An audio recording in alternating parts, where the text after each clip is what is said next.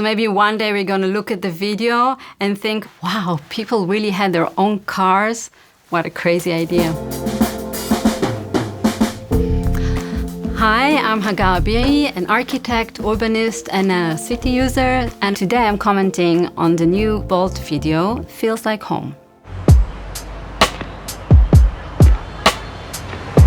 A house without walls.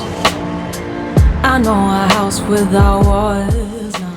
Okay, so this scene gives me the sense of the lifestyle that everybody wants to have. You have this moment to enjoy the coffee because you can, because you have the right scenario. You can listen to the birds, you can sit outside. You cannot just sit and enjoy the street where you have cars coming. Because if you sit now in the street, you're lucky if you have a tree or two to block some of them, but you're basically sitting in a parking lot.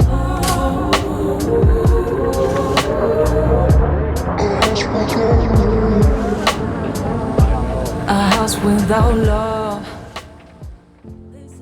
In this scene, we can really see the amount of space we have for cars relative to the very small space people have. And this unlikely situation where you have the table outside is something that should be preserved as maybe a new normal. During COVID, we saw restaurants moving their seating outdoors, often into spaces where cars used to park. Some of those temporary changes became permanent. A street, when cleared of cars, presents an opportunity to fill that empty space with activities for people. So it could be restaurants, but it could also just be neighbors hanging out, which is common in Mediterranean countries. In general, the presence of people in the street, especially women and kids, creates a safer environment for everyone. Say a house without love.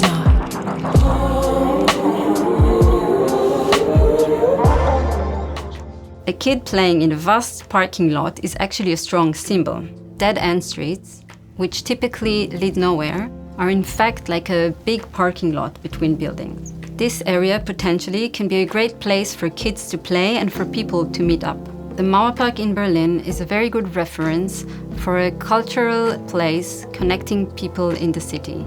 It was actually planned to be a highway after the fall of the wall, and now it's a great, vibrant place for people. It has a bit of everything, and if you go there in the nighttime, you can even find a fox or two.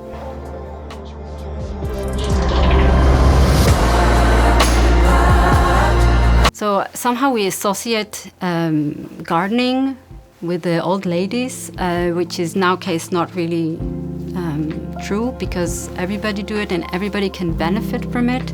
It has two aspects. So for us, we're healthier, and for the wildlife, bees, because they cannot really fly so far. So the city is actually ideal for them, because if you plant a diverse plant, the wild bees, they can normally fly only hundreds of meters, will get more food, and they will flourish.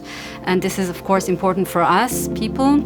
But it's also important to create green corridors. According to World Economic Forum, the cities are warming 29% more than rural areas. And plants can cool the area around them between 2 to 7 degrees. We need to recreate ecosystems that are similar to those of a natural forest. Like in the video, more bushes, more trees, more wild grass on the street. This ain't a house without love, not home. This ain't a house without love, not home. Rooftops have great potential. There is a reason why the top floor of a building holds the highest value in real estate. I like the notion of turning a rooftop into something that is enjoyable for people and support the wildlife while achieving a cooling down effect. People should have access to those places and should be able to enjoy those views over the cities, not cars.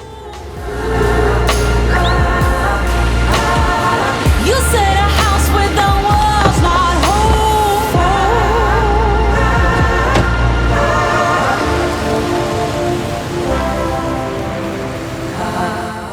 The cities need to be designed that they are safer and enjoyable for all people. All kinds of shared mobilities, including scooters, bikes, and shared cars, are a very realistic step in the right direction. So maybe one day we're gonna look at the video and think, wow, people really had their own cars?